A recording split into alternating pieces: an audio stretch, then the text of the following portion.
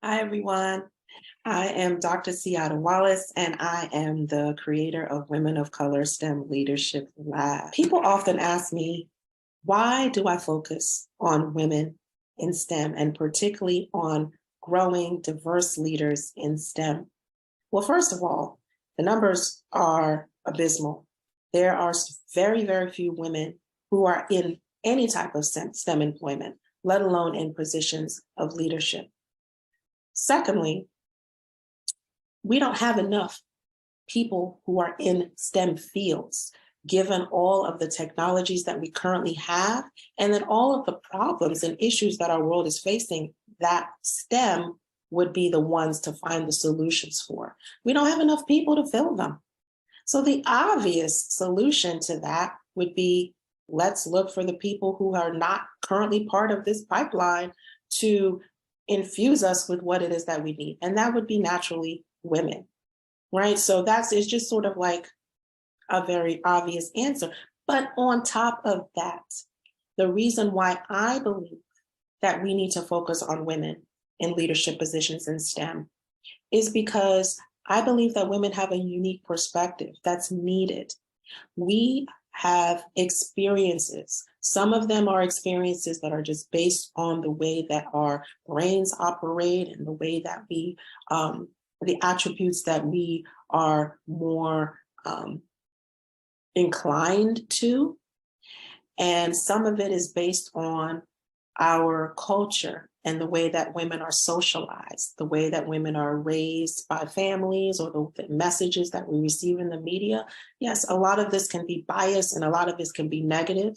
And we want to change those things. But besides that fact, it has shaped the way that women view the world. It shapes the way that we move about in the world, and it shapes the way in which we encounter the workforce.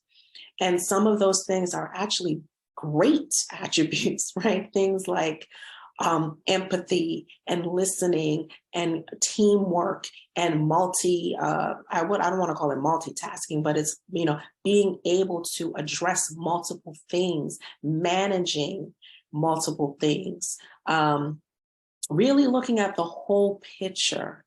And that could lead us to better solutions.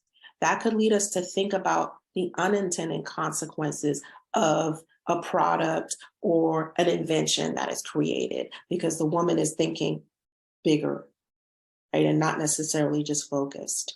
And when I say women, I'm not talking about every single woman on this planet.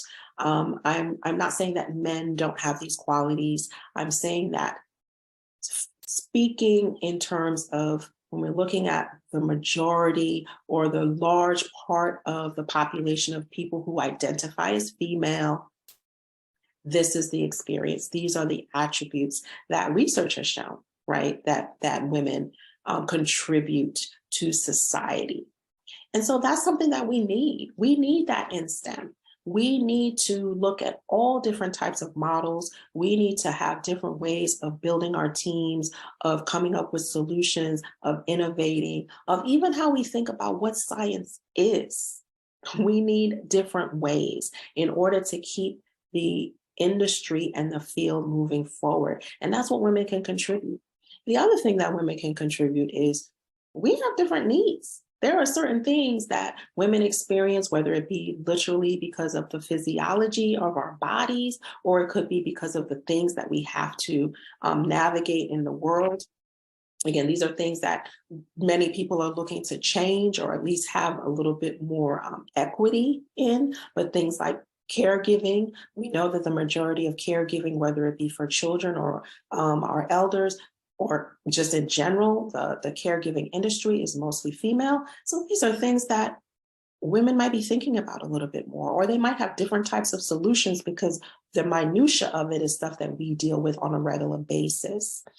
And so we can't leave that out. We need people to be able to address those solutions. We know that there's so much research, like, so for example, in healthcare, where a lot of the research was just done on men, and there were issues that had to do with literally how women's bodies worked. Our hormonal imbalances were different, and so therefore the medications that were offered were not working properly, or they missed different symptoms that women have, like say, for example, for heart disease, women have different types of symptoms. And so these are all things that were missed for a very long time because there were not women involved in that process.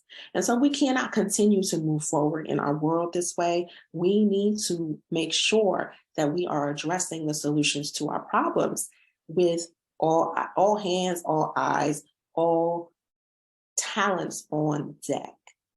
And so that's the reason why I focus on having women. And I hope that as we celebrate Women's History Month, that we're able to see the value and the contributions that women have, and that we're able to recognize that we want to bring more women into leadership roles in STEM.